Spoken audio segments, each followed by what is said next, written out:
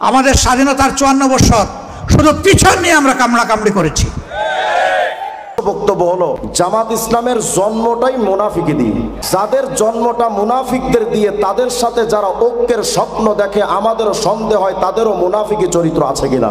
জামাত শিবিরের ফিতনা থেকে জাতিকে সতর্ক করেছে, যদি এরা ক্ষমতায় পায় তাহলে কওমি মাদ্রাসার অস্তিত্ব হুমকির মুখে পড়বে।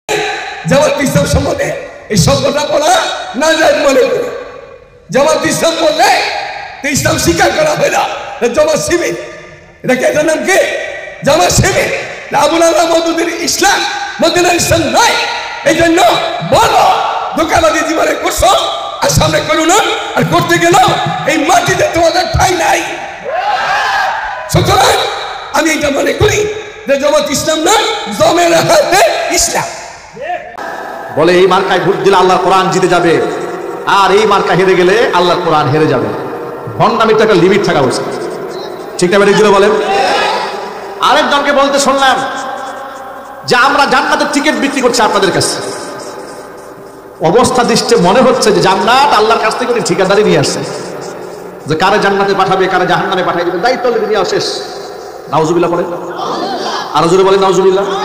আগামী 15 তারিখ ঐতিহাসিক সোহরাওয়ার্দী উদ্যানে মধুপুরের পীর সাহেবের নেতৃত্বে আন্তর্জাতিক খতমনামক মহাসম্মেলন অনুষ্ঠিত হবে নকল নবীন প্রতিরোধের জন্য।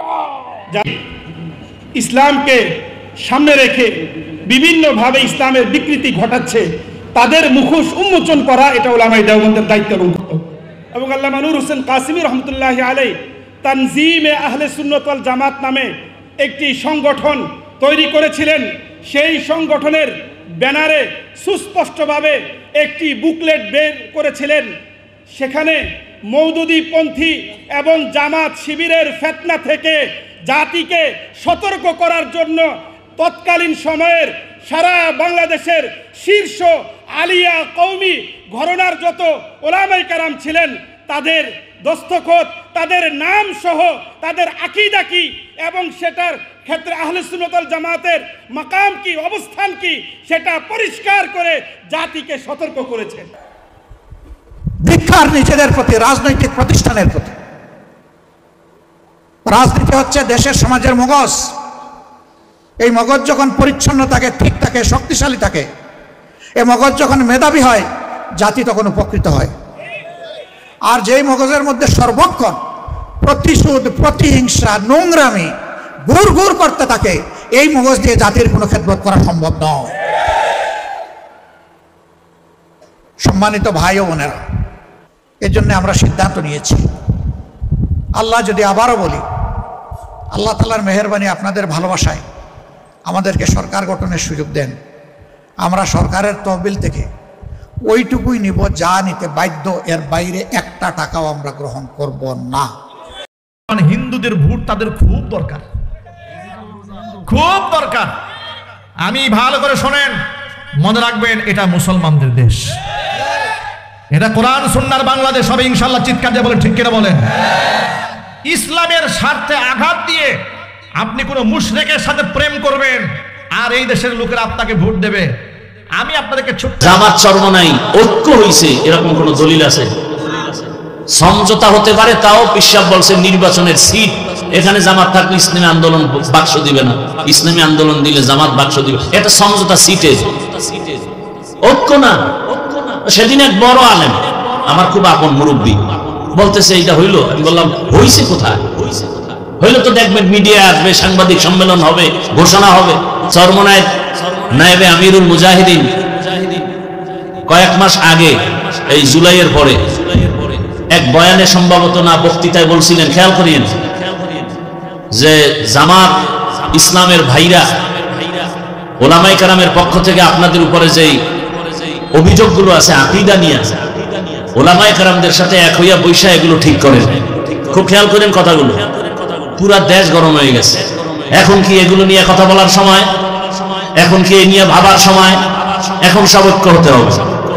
এবার চরমনাই যখন জামাতের এক স্টেজে আসছে, এখনো ঐক্য হয় নাই, সমঝোতাও হয় নাই। যেমন খ্রিস্টান আইসা বক্তব্য দিতে পারে, হিন্দু আইসা বক্তব্য দিছে, জামাতের নেতা আইসা বক্তব্য দিছে, এখন তারাই আবার উল্টাপাল্টা শুরু করছে, বলে এদের আকীদা ঠিক নাই, এই ঠিক নাই, সেই ঠিক নাই। এখন সর্বনাই এই সর্বনাই সেই, মানে বলতে বলতে বলতে বলতে সাধারণ মানুষকে আমরা কই যাব, এমন এক অবস্থা, বলারও ভাষা নাই, সইতেও পারতেছি না, কোথায় যাবে জাতি, আমাদের কি হালাত।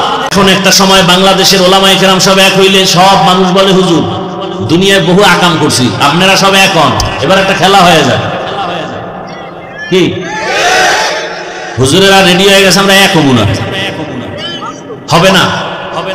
আবার একদল পিছনে টাকা ঢালতেছে কোটি কোটি, আলেম জামে এক হইতে না পারে, নাস্তিকদের মাথা গরম, বেঈমানের মাথা গরম, মুনাফিকের মাথা গরম। এই মুহূর্তে আলেম যদি এক হয়ে যায়, আমগো চান্দি শেষ, ধান্দাবাজি শেষ, চান্দাবাজি শেষ। কারণ আলেম যদি এক হয়ে যায়, পুরা জনগণ এক হয়ে যাবে। আর এই জমিনে কোনো নাস্তিক, কোনো বেঈমান, কোনো মুনাফিক আলেমদের চোখের দিকে তাকায় কথা বলার সাহস পাবে না। ওভার 100 সত্য কথা যদি এখন আলেম আজকে রাত্রে ঘোষণা হবে, কালকে সব শীর্ষ আলেমরা এক ময়দানে আসবে, পরশুদিন থেকে দেশ চালাবে ওলামায়ে কেরাম। আমরা অন্যান্য দলকেও বলি, সাহস করে আমাদের সাথে আপনারাও বলুন, আপনাদের কণ্ঠ থেকে আওয়াজটা শুনতে চাই। একজন বড় নেতা আমাকে ফোন দিয়ে বললেন, দিলেন তো সর্বনাশ করে। বললাম ভাই কি সর্বনাশ করলাম? ওই যে এই যে ঘোষণা দিলেন, আমাদের তো ভাই আখেরাতের জন্য, জান্নাতের জন্য রাজনীতি করি না, দুনিয়ার একটু পাওয়ার জন্য করি। এইটাও যদি শেষ হয়ে যায় তাহলে আখেরাতও নাই, দুনিয়াও নাই। আমি বললাম, আমরা তো আপনাদের আখেরাতও সুন্দর চাই, দুনিয়াও সুন্দর চাই। আসুন সবাই মিলে দেশ গড়ি।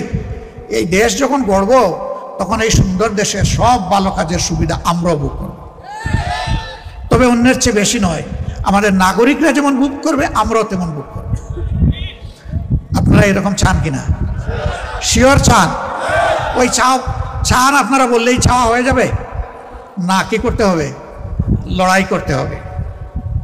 আগামী নির্বাচনে আহারে এই যুবকরা যাদের বয়স এখন 28-30 হয়ে গেছে, তারা তাদের জীবনে একটা ভোটও দিতে পারেনি। ও যুবকরা, সমাজ তোমাদের জন্য গড়ব, সমাজ তোমাদেরকে দিয়ে গড়ব, এবং সমাজের চাকা তোমাদেরকে দিয়েই চালাবো ইনশাআল্লাহ।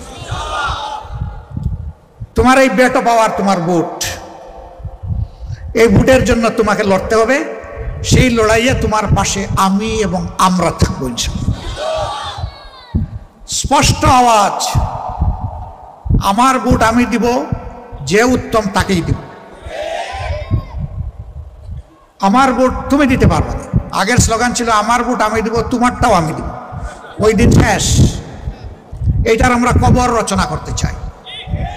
এই নোংরা পথে মাসুল কিংবা অর্থ দিয়ে কেউ যদি হাঁটার দুঃসাহস দেখান, আমি তাদেরকে আবারও 5 আগস্টের সুসংবাদ দিচ্ছি। আমাদের যুবকেরা ঘুমায় নাই, খাতা মুড়ি দিয়ে নাক ডাকাইয়া ঘুমায় নাই। তাদের অধিকারের জন্য তারা লড়বে, জনগণের অধিকারের জন্য তারা লড়বে। যুবকরা ভাববে আপনারা তো দারুণ বেঁচে গেলেন মুরব্বী হওয়ার কারণে, সব দায়িত্ব আমাদের দিলেন। না, আমরাও যুবক, সমান তালে তোমাদের সাথে লড়বো ইনশাআল্লাহ। চুল দাড়ি ব্রু কাপড় সাদা হোক, তাতে কোনো অসুবিধা নাই। তোমরা যেমন যৌবনের আত্মা তোমরা ধারণ করো, আমরাও যৌবনের সেই হৃদয় এবং আত্মা ধারণ করি। আল্লাহর কাছে চাই যৌবনের এই শক্তি দিয়েই যেন আল্লাহ রাখেন, যতদিন মেহেরবানি করে। লড়বো তোমাদেরকে সামনে দিয়ে নয়, আমরা পিছনে থেকে নয়, সামনে থাকবো, তোমরা শুধু সাথে থাকবা ইনশাআল্লাহ। আজকের এই বাদেশার আয়োজনে যারা এসেছেন তাদের প্রতি আমাদের অঙ্গীকার, আমরা ইনশাআল্লাহ একটা মানসম্মত শিক্ষা, মরাল অ্যান্ড টেকনিক্যাল এডুকেশন, নৈতিক এবং উন্নত জাগতিক শিক্ষা আমাদের শিশুদেরকে দিব ইনশাআল্লাহ। আমাদের 2 নম্বর প্রায়োরিটি, আমরা দুর্নীতির বিরুদ্ধে যুদ্ধ করব। এই দুর্নীতি যেভাবে যেই ড্রেস পরে আসুক, কাউকে ছাড় দেওয়া হবে না ইনশাআল্লাহ। আমাদের 3 নম্বর অঙ্গীকার, গরিব ধনী বুঝি না, কোন ভাষা কোন ধর্ম এটাও বুঝি না, বাংলাদেশে জন্ম নেওয়া প্রত্যেকটি নাগরিকের জন্য ন্যায় বিচার নিশ্চিত করা হবে ইনশাআল্লাহ। শাসকের জন্য একটা আর জনগণের জন্য আরেক আইন হবে না।